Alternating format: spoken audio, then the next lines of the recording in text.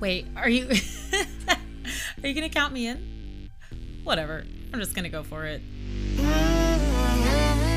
Welcome to the Queen's Lead podcast. I'm your host, Amy Singleton, and as a child of the 80s, I'd love to say queens rule, but they don't. Queens lead. Being a queen means you are worthy to be a leader of people. The guests on our show do exactly that. They are leading the way in their businesses, families, and communities. And they're taking their rightful place in the spotlight, leading and inspiring the developing queens in all of us. Welcome to the Queen's Lead podcast. Now here's your host, Amy Singleton, the queen of realness, leading conversations about business, life, and the real shit you want to know.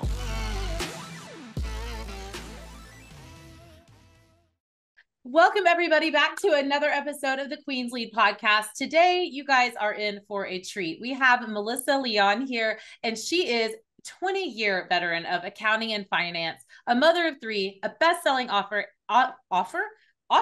and a business owner.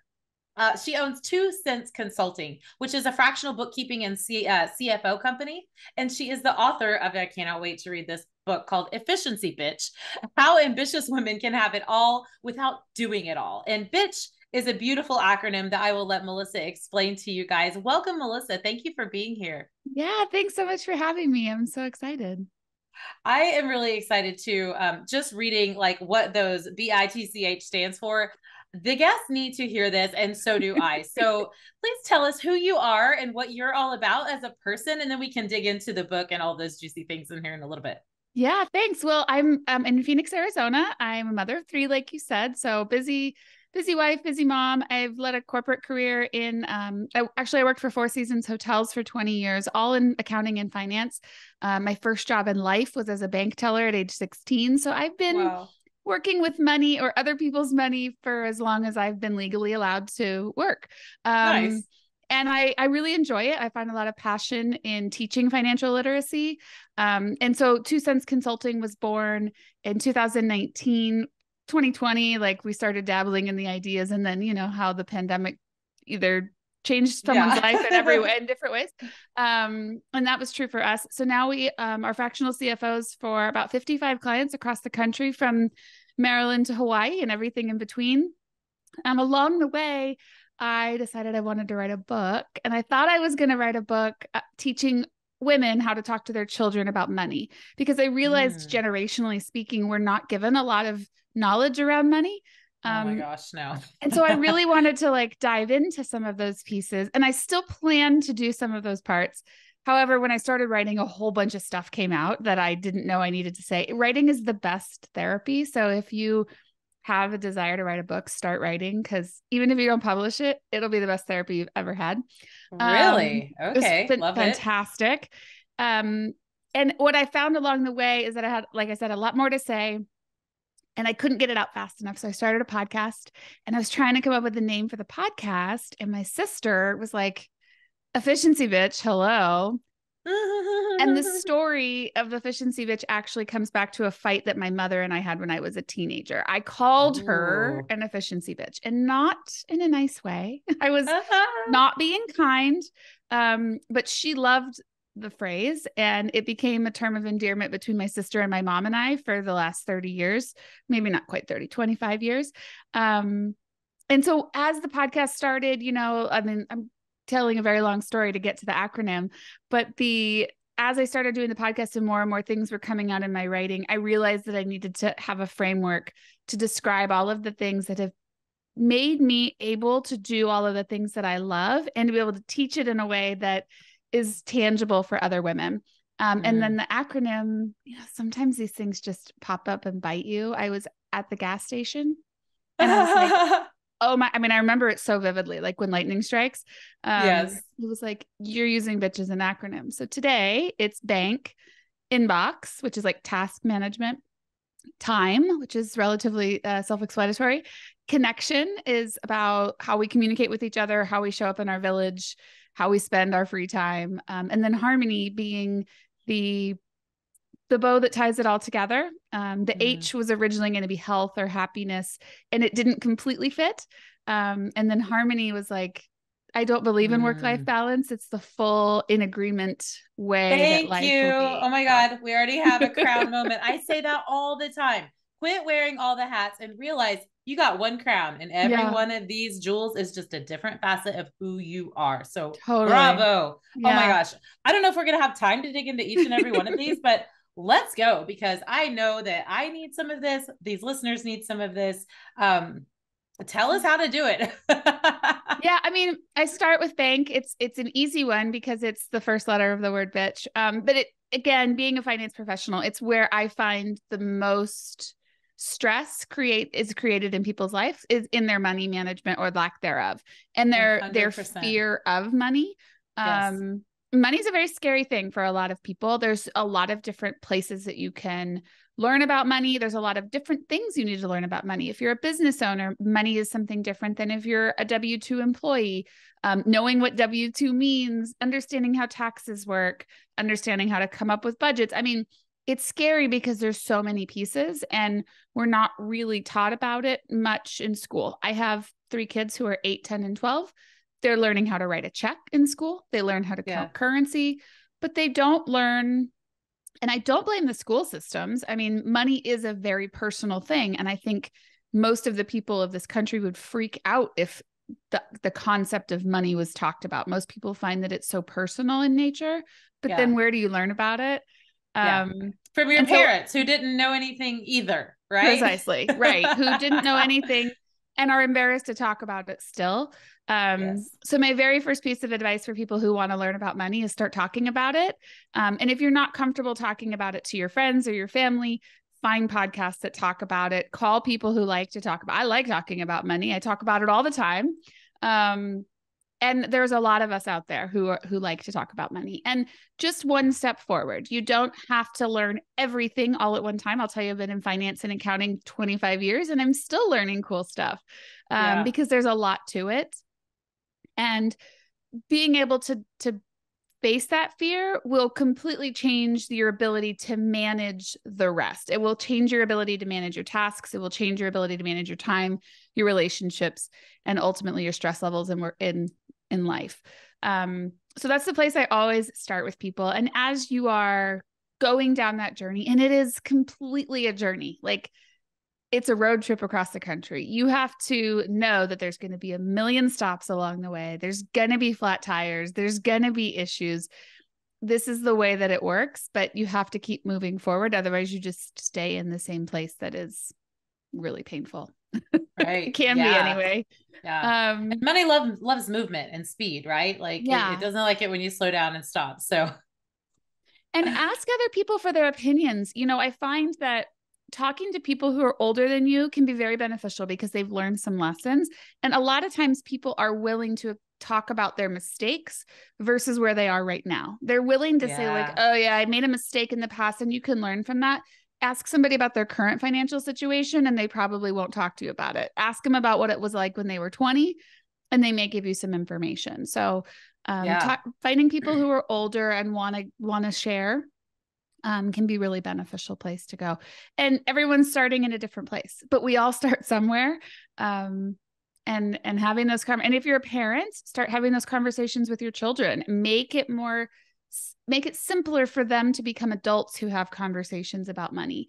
It's okay if it's uncomfortable for you right now. It can be simple conversations like teaching them about allowance. My daughter created a little side hustle in the month of October around Halloween and boo bags. I don't know if this is a thing all over the country, but here, like, I guess boo basket. Kids, exactly. Bags, yes. They put like little toys together and they put it on someone's doorstep and knock on the door and run away. And my daughter wanted to do this for her friends. And I probably had a facial expression that told her I didn't want to do it.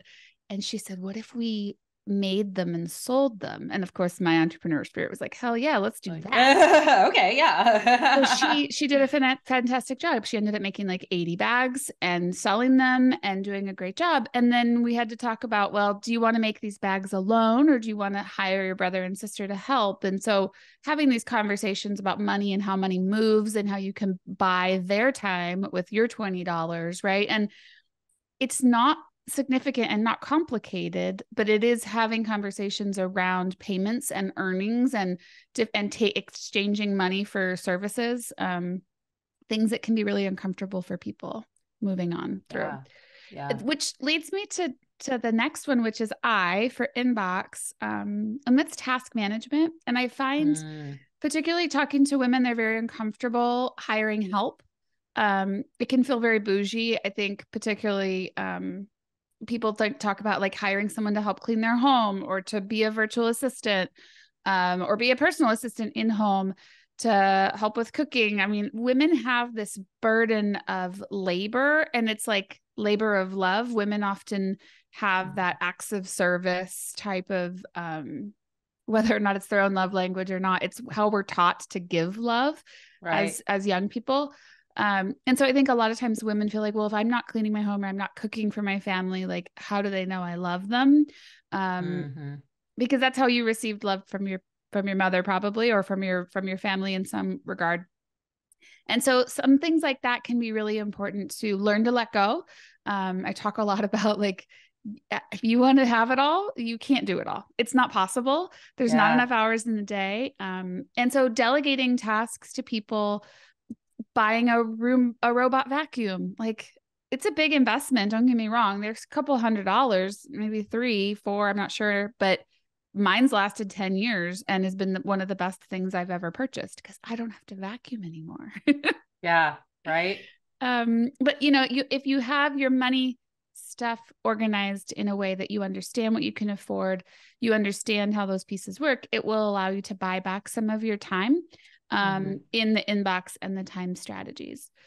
When it comes to time management, I have 3 main pillars, I guess. And it's automate, eliminate, and delegate. And it kind of goes into that same idea. So delegating things that you can, right? As your kids get older, you can give things away. I don't know the last time I emptied the dishwasher in my house because my kids are old enough to do it damn selves now. By God. But they couldn't when they were little, right? And so you have to be able to delegate those things as they get older. And if you don't have kids, and if you don't have those types of things that you're working on right now, you can always find somebody. You can trade a service for something. It doesn't have to be money related. You can trade services with your neighbor. Maybe your neighbor likes to fold laundry and you like to mow the lawn. I mean, there are things out there that are available. You just have to get creative with it and actually put some time into that. Automate is one of my favorite things. Being a millennial, I love technology. I was raised on it. And so I'm big into finding ways to automate your life, whether that be email workflows. I have Amazon Alexa in my house that runs routines for us, has alarms. Like every morning, it's like, it's 7:15, it's time for school. And that is a prompt to all of us to go start walking out the door, or it's 8:00, go brush your teeth, and my kids aren't robots. My kids don't follow the machine's prompts, but it keeps me from having to watch my watch every 5 seconds. And keep some of that off my plate. So it's a lot of fun. I love that. Parts to it. Automate and eliminate. What are we eliminating? The stuff that doesn't belong to you. It's incredible how much we can pick up that's not ours. And in 2019 is probably when I was at the most stressful time in my adult career, my adult life. I was working full time and I was traveling the globe. I was doing about 200,000 airline miles a year. I had 3 small kids. Little did I know that 2020 was on its way, but I was in a really bad spot and I was trying to do all of the things myself, all of the things at home. I was PTO president. I was Girl Scout troop leader. Like I was trying to I was trying to be super mom. And I tell people all the time, like, super mom tried to kill me. I absolutely burnt myself out. And I was angry and I was depressed and I was really frustrated. And I had a very big temper tantrum with my husband. And I wrote down all of the things that were on my plate. And I had no idea how much of it didn't actually even belong to me. It was his or the schools or whatever. And I gave it all back. So I no longer volunteer at the school. I'm not going to do it. I don't have time. I'm not going to burn myself out feeling guilty to do it. My kids all play sports. I don't volunteer for snacks. I just don't. And maybe that makes me like not a team player, but I paid my dues and I'm not doing it anymore. Thank you for that permission. I'm telling you, my phone is blowing up from my son's football app. And God, let me tell you, he's our youngest. He's 15 on the way out the door. Finally, like we're at the end of this 5-child thing with 3 grandchildren. And I hear more from that team app on my phone than I hear from my 200-person team at Height. My employees, my team members. I hear more from that team than I do my own team. And even my own son is burnt out with how much there is to do. That's not actually related to the game or the practicing of football. It's just so much. You can care about so much, and we can't all, not everything belongs to us to care about. I love that you put it that way. It doesn't belong to you.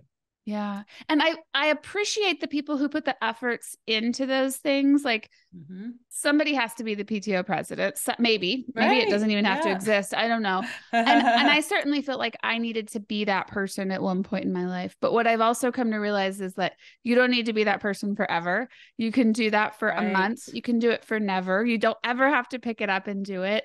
I do really enjoy giving back, and I found different ways now to do that. I guest lecture at Arizona State and at Grand Canyon University. I love doing that. I'm on the board at Planned Parenthood in Arizona. I love volunteering my time, but in ways that make me feel really good. Working for helping the school did not make me feel good. I just didn't like it. I mean, I like my kids. I appreciate the school. It doesn't devalue like that. I love the work that the teachers are doing and that the school provides, but I'm not volunteering to sit in the classroom. It's just not my jam. Yeah. And we force ourselves into these holes, right? Where we force ourselves like, oh, we have to do that. You should be doing that, Melissa. You should be doing that. You're a mom. You should be there, right? Like, I don't know how many times I've heard that in my own head or from other people, right? Like it's what our mothers did. It's what their mothers did. It's what we're supposed to do. No, I'm here for the permission. Yeah. Ask a single dad if they feel obligated. And I have these conversations now a lot with other moms, right? We'll be at practice and she'll be like, oh, did you volunteer for lunch this week? And I'm like, hell no. What are you talking about volunteering for lunch? Did you bring snacks this week? And I was like, stop volunteering for this stuff. You're exhausting yourself. And the dad's like, thank you. Told you. And dads don't have, I mean, not all dads. Yeah. Dads don't have the same response that we do. And we need to take a page from their book here. There is absolutely no reason that we burn ourselves out and make ourselves crazy and compare ourselves to people who are in different phases of life or different situations. I have a really good friend who's the PTO president at my kid's current school, and she wants to be there because she doesn't want to be at home. So great, go do it. But I'm not going to do it. Yeah. We have different callings, right? We can't all save the whales. We can't all save the rainforest. There are people that are there to care about those things. And I love that because I am also super busy. I mean, the reason I don't do those things at the school is because I am on a board, doing service for addicts who were where I was. Like that is where I can have the most impact, right? Like some other very touchy-feely, want to feed all the kids mother can have a greater impact in that football locker room in the morning serving them breakfast than I can. I would just be there. I'm not, that's not my calling. It's not my place where I can have the most impact in my service. And when that season's over for her, she should be able to dip out with no guilt, no shame, and just move on. Right. And that's often the hard part too, is once you realize that you're done or your season in that volunteer space or your opportunity to continue in that one thing is over, you can feel like a total jerk leaving. Yeah. And that's part of the eliminate process too, is stop holding on to things just because you feel obligated to do them. I promise you the weight that it comes off of that is tremendous, and you can and will be replaced. I guarantee it. And that can be a nanosecond, right? Yes. And that's good. And people sometimes feel really uncomfortable with the idea that they can be replaced. I can't leave this poor school. They're this poor, whatever, this poor team. They need me. Like, they'll be fine. move on. Yeah. Right. Yeah. It's a really hard thing. And there's ego involved, and there's guilt and shame involved, and all of those angles. And I think if you just realize when you're in those moments that you can just say, it doesn't belong to me. I'm okay giving this back. And those pieces can be really difficult, but you can do it. You can do it. You can do it. Oh my gosh. Let's go back and talk about the B now. Yeah. No, wait. B, have we gotten through all of the words? No. B, So I can tell you about C. C. So C is for connection. And this is really about how we show up for each other, how we communicate with one another. The chapter goes in a couple different directions. I talk about finding your village and finding your tribe, finding the people that you want. And sometimes you don't have total control over them. Either you're blood related to them or you're forced to work with them. I mean, there's a lot of places that you can't control the people who are in your day-to-day life, but recognizing that you become the average of the 5 people you spend time with. You spend the most time with, being really selective about who those people are. It doesn't mean you have to cut other people out. Just pay attention to where you spend your time. I do talk a lot about giving back in this chapter, about how to volunteer for different things, how to find people who are part of where you want to be. I know when I first I knew I wanted to own a business for a really long time. I just didn't know what I wanted to do. And I started looking to find people to hang out with or to talk to or to listen to their podcasts who were going in the same way I was, so that I could absorb their messages, their mojo. I could pick up on their wavelength. The books that I read, right? The things that the people I followed on social media, all of that just imprints on you in a way that you can't even recognize. And there's a lot of research to talk about the words that you see on a regular basis have major impact on your behavior and on your mood. And so the different words that surround you, even if you're not reading them, you pick them up. You don't even know that you're reading them. And that kind of stuff really is important. Talk a little bit about negotiation in that chapter, right? Like how to negotiate and talk to people, how to get what you want with being heard. Because you can say something to someone, but if they did not hear it or receive it the way you intended, it just didn't happen. It just didn't. They have to receive it the proper way in order for it to have been successful.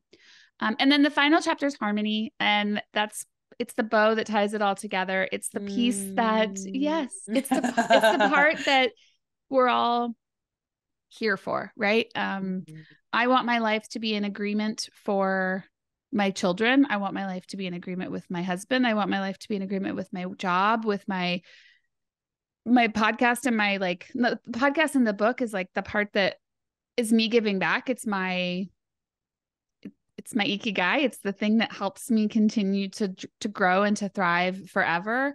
I want to be in harmony financially. I want to be in harmony in mental health and physical health and all of those places. And it's okay when one thing needs to take more space for a certain period, but they're all there and it's all working together. And so that chapter is a lot about those pieces. And most of us learn some lessons the hard way. And it's just kind of like the money thing. Like you learn best from people who've walked through some tough times, which is, I think, why I like talking at universities so much.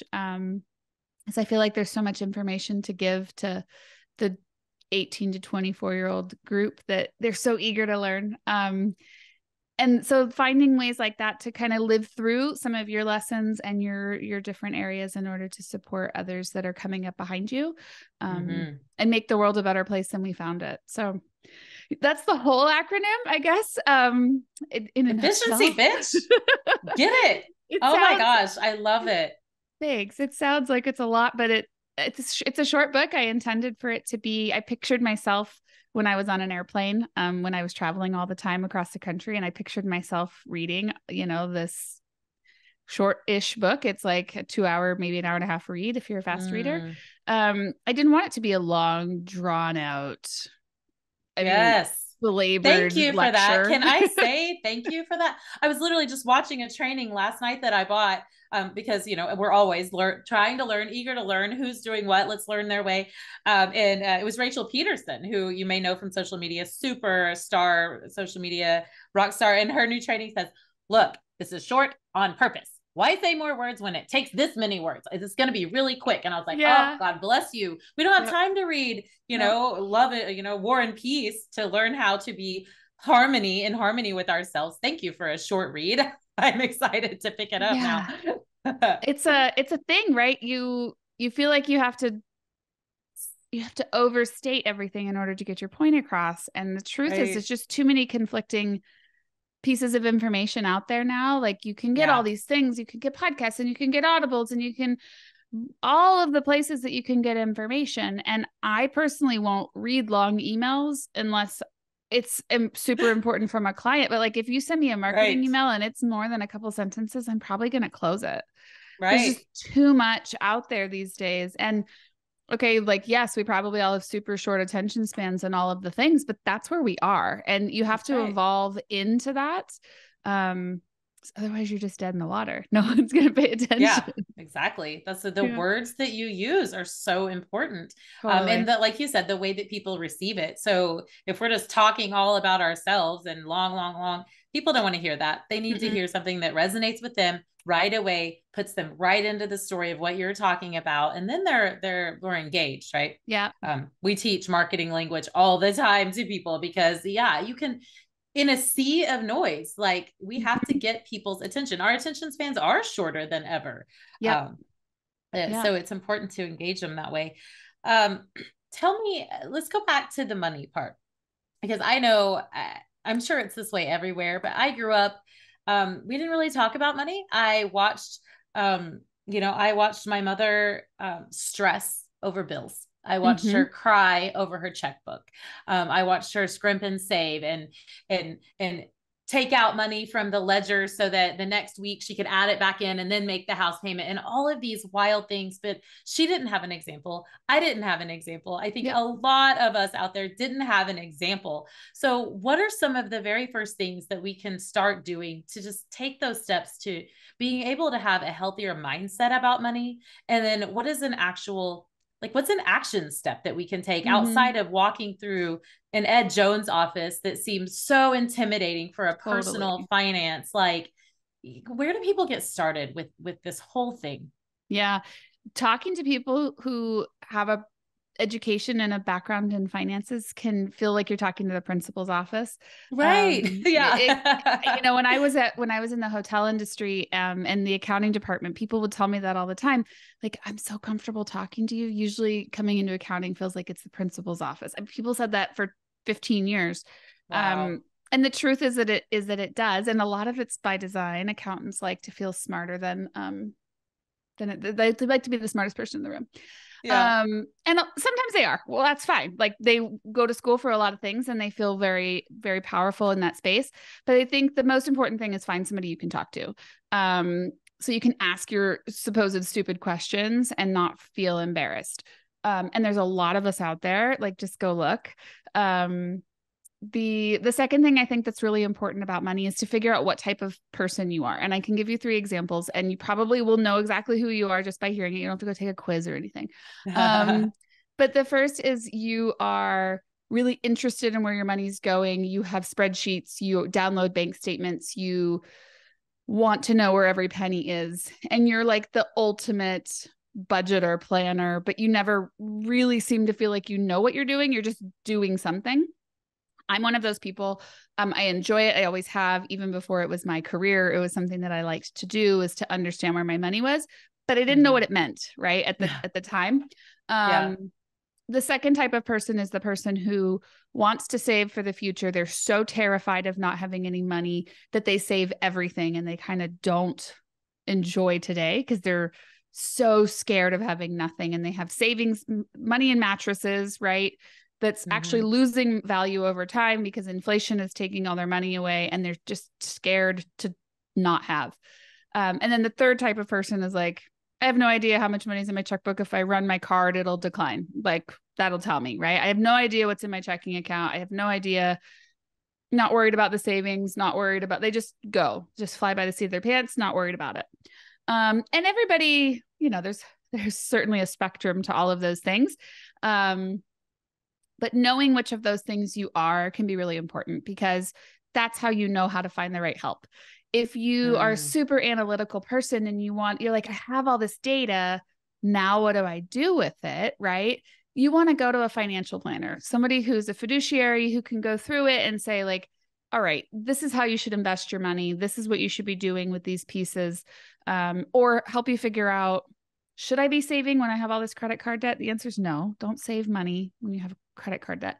Yeah. Credit card interest rates are like 32% right now on average. Oh my God. Are they really? Yeah. They've all gone up with the interest rates that went up with mortgages and with savings accounts. So did credit. And they don't have to tell you. It's in the fine print. They just go up. So if you have credit card debt today, there is zero reason for you to be putting money in the stock market, zero reason for you to be putting money in a savings account, because you are losing money just by having that money in a savings account. That 32% is going to drown you. So spend your time, spend your savings paying off your credit card. You get to keep 27% of that money, right? Yeah. Right. Best interest rates you can find right now are going to be like 4.5% to 5%. And you have to have minimum balances of like $25,000 for that. So you may as well pay off your credit cards. When it comes to other debt, like car loans can be low, mortgage rates, if you have an old mortgage rate, you don't want to pay off that debt because that's a lower interest rate than you may be able to get elsewhere. But credit cards are always pay them off, always. Yeah. Unless you have an anomaly credit card that's like 0% for a year, but they usually have a very short life. Credit cards are a disaster in most cases for most people. If you know how to work them, they can be awesome. I just took my family of 5 to Texas to see my sister a couple weeks ago, and all of the airline tickets were paid for by credit card miles. If you know how to do that, do that. But if you don't know how to do it, don't try and fail because you just pay 32%, right? Yeah, you paid for your airline tickets. You just did it over time. Almost twice. Almost twice. Exactly. If you are the kind of person that has saved a lot of money, but you're really afraid of what to do with it next, I think a fiduciary is a great place to go as well. A fiduciary is somebody who's legally responsible for making investments, making decisions on your investments legally to the best of their ability in your best interest. So they make money off you making money, and they're responsible to make sure that happens. You can find people all over the place. If you don't know somebody, call me. I'll help you find somebody in your area. I am not one of those people. I do not give investment advice for a living.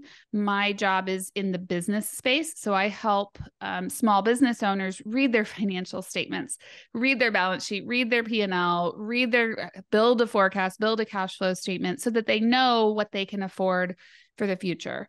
And then if you're and so businesses need those types of people too, in addition to the individual people.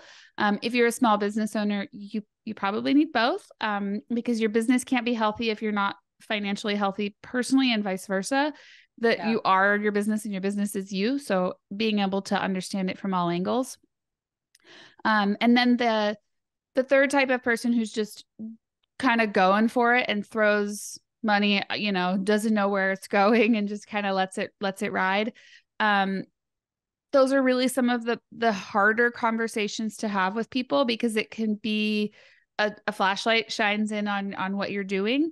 I actually enjoy those conversations the most, because those are the people who really get the most out of some of the types of work that we do for small businesses. Like, this is where your money's going. This is why you can't pay payroll, because let me show you all these places. And they go, oh, but I warn you, if you are one of those people, tread lightly, give yourself some time. You don't have to do it all in a day. You can do it over a week or a month. It takes some time to get comfortable having those conversations. Those are typically the people that if they go too fast into the money management conversation, they go, screw it, too much, I'm out. And they bail. Yeah. And so and I think the majority of the people that I know as individuals probably lay more in that space than in the other two. And you just have to take a deep breath and move through it, and just recognize that each step of the way is going to be hard, but worth it. I quit drinking alcohol 4 years ago, and I tell this story a lot to people because it was really hard to have the same friends without alcohol, to do the same things, to go places. And step by step by step, it's not easy. You absolutely get frustrated and feel like, what the hell am I doing? This is the wrong plan for me.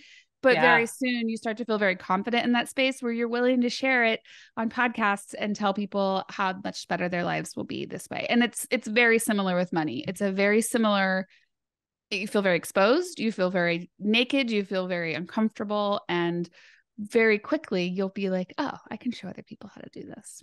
So yeah, I love that. And congratulations on your sobriety. I'm also right there with you. It'll be 6 years for me in April. Yay, congratulations. So, such a better life. Such a better life. So much better. But isn't it weird that I'm willing to stand up in a room and raise my hand and go, hi, I'm in recovery and I've been there for 6 years and that's for you too. Or, the most embarrassing things that I would think are embarrassing, but money's still harder to talk about.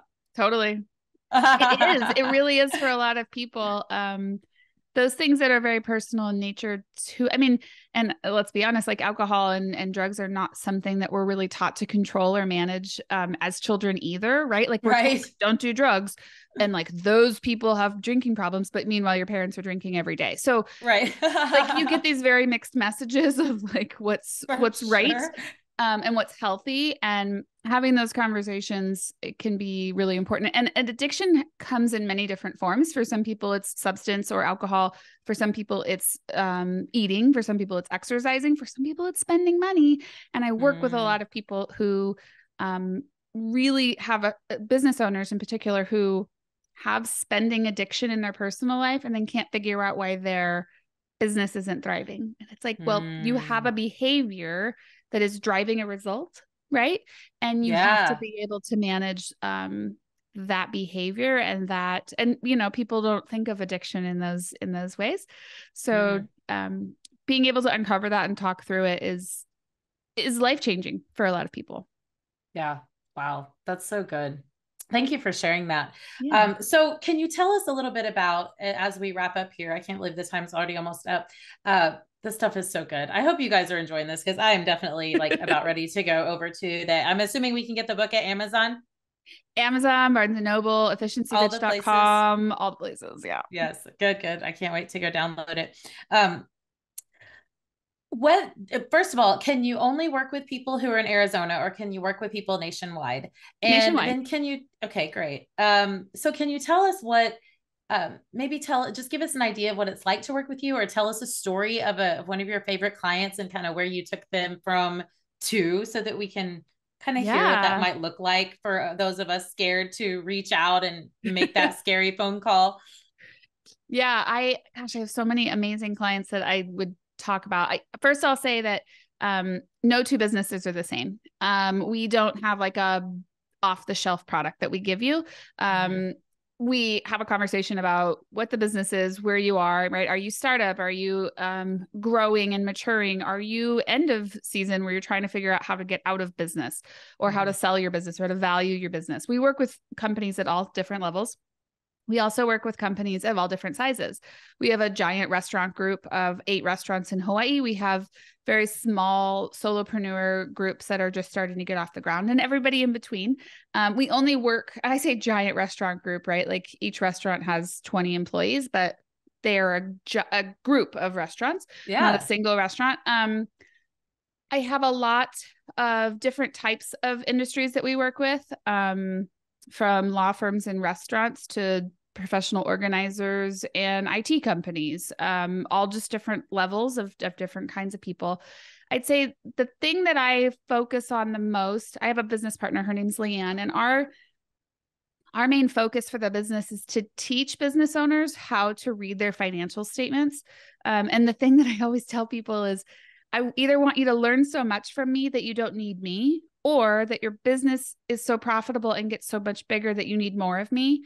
I don't want to be your bookkeeper, right? I can do your bookkeeping, and I have a team of bookkeepers who will do your bookkeeping, and I will clean up your books. That's actually usually how people come to us. They're like, hey, it's November and I haven't done my books this year. Can you help us? And that happens all the time. So if that's you, don't freak out and don't be like, oh my God, I can't make this phone call. I promise you, I see it all the time. It's totally fine. there's nothing in accounting that we can't fix. I work with plenty of clients who haven't filed their taxes in 4 years. So we'll go back and help them clean up their books so that they can file their taxes. I do not file taxes. We really believe that you need to have a tax professional and you need to have a business professional. We're the business professionals. We build financial statements. We read and analyze financial statements. We help you to learn to do that. Somebody else will fill out the tax forms, and we always work with them. So I like to meet every CPA that's working with my clients, and make sure that we're all on the same page with those things. I have plenty of clients where their financial advisor and their CPA and their CFO, being me, we all get on a call together and we're just having conversations. The three of us, and the owners are like, "Are you guys done?" We don't know what you're talking about, but keep going. It's like, fine. What's happening?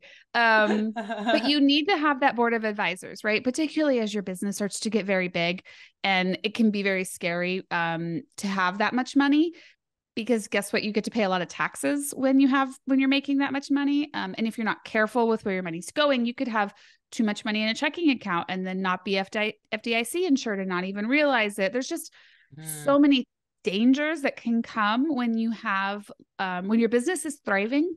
There's a lot of danger involved, and making sure that you have people around that can support you. And then likewise, if your business isn't thriving and you're trying to figure out, like, why am I struggling?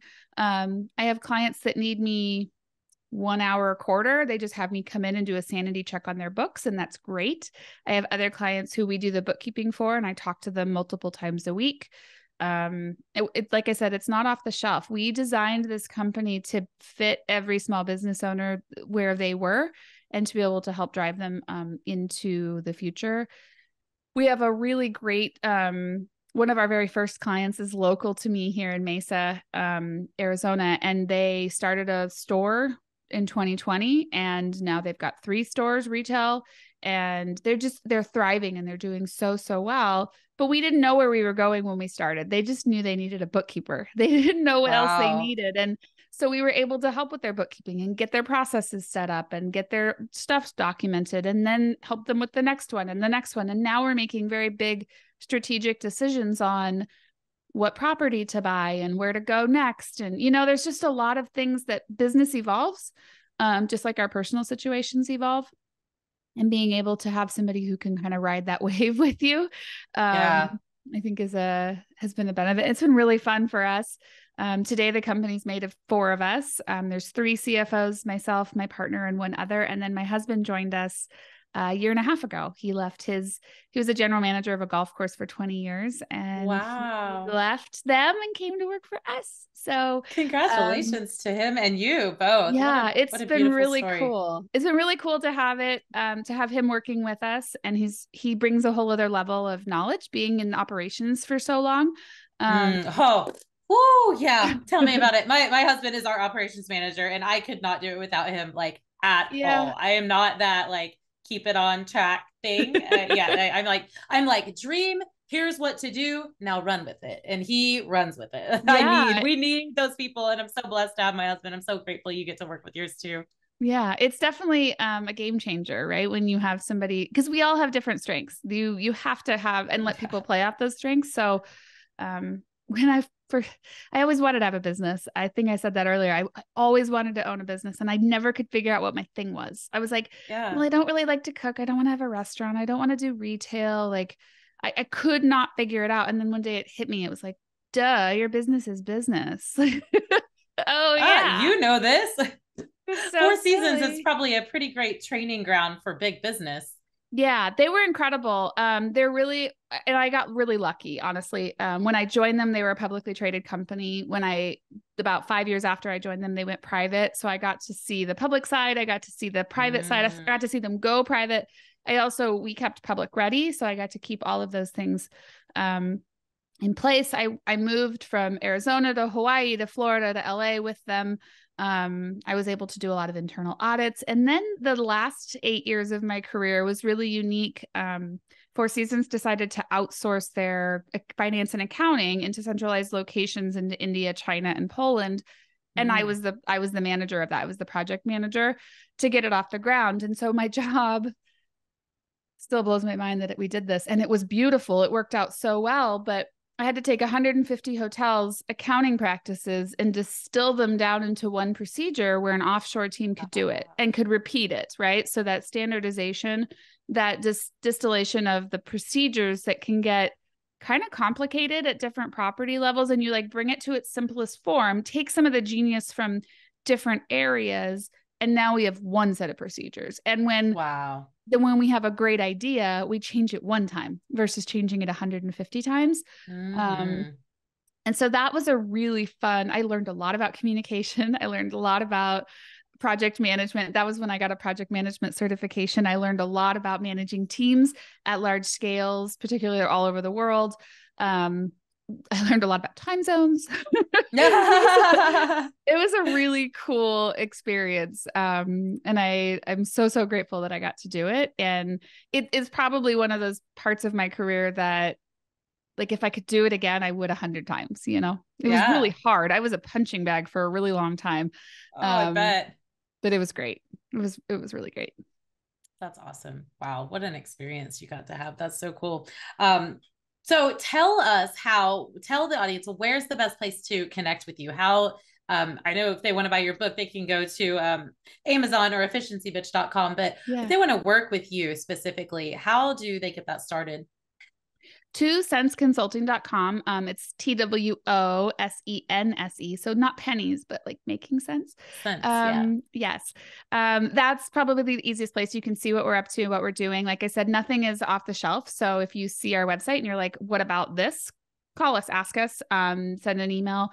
And then we're available on Facebook and Instagram as well at 2centsconsulting.com. Awesome. 2centsconsulting.com. Go follow them on the Facebook, the Instagram, the LinkedIn, and go over to 2centsconsulting.com to learn more about Melissa and her team and how they can get you on the right path. And it sounds like you can be the Four Seasons, or you can be just yourself, solopreneur, cleaning houses, and she's going to get you a solution that works, that probably fits your budget at the time, and either educate you out of the need for her or grow like hell with you into the stratosphere, which is what I'm all about. That's great. I'm excited. Thank you so much, Melissa, for coming on and sharing your absolute wealth of knowledge. Y'all go out and get Efficiency Bitch and be efficient bitches. Okay. We're queens. That's what we do, is we stand in our queendom and we learn how to be efficient bitches. I love it. This was great. Thank you, Melissa. Thank you. Thanks for being a queen that leads. The Queens Lead podcast is recorded worldwide and produced by the kick-ass media team at the Height Digital home base in Nicaragua. Until our next episode, stay real, queens, and go lead. Remember to tap that follow and leave your review. For freebies and more real, inspiring content you love, go to amysingleton.net. and connect with Amy on our socials at The Real Amy Singleton. One more thing. This is the legal language, what my lawyer wrote and what I need to read to you. This podcast is presented for educational and entertainment purposes only. I am Amy Singleton, and I'm just your friend. Although I may speak to many on this show, I am not a psychotherapist, a business coach, a doctor, a CPA, a lawyer, or probably anyone who should be giving you professional advice. This podcast is not a substitute for a relationship with your doctor, coach, or any other licensed professional. Got it? Good. Now go be a queen and follow me at The Real Amy Singleton.